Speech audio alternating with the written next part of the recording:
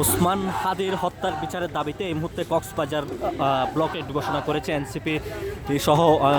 সমমনা দলের নেতৃবৃন্দরা। তারা এখানে অনতিবিলম্বে হাদি হত্যার বিচারের দাবিতে তারা এই মুহূর্তে কক্সবাজারের যে বাস টার্মিনাল রয়েছে সেই বাস টার্মিনাল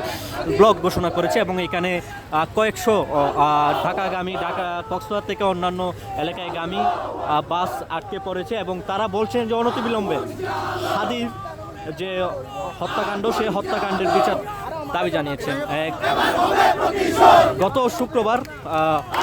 নির্বাচনী প্রচারণায় হাদিকে গুলি করেন। এরপরে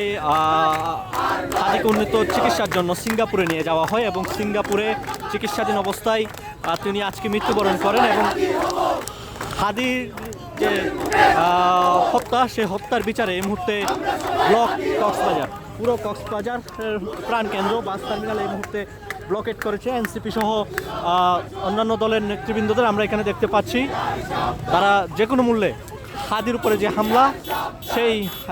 হাদির যে মৃত্যু অর্থাৎ হাদিকে যে হত্যা করা হয়েছে সেই হত্যার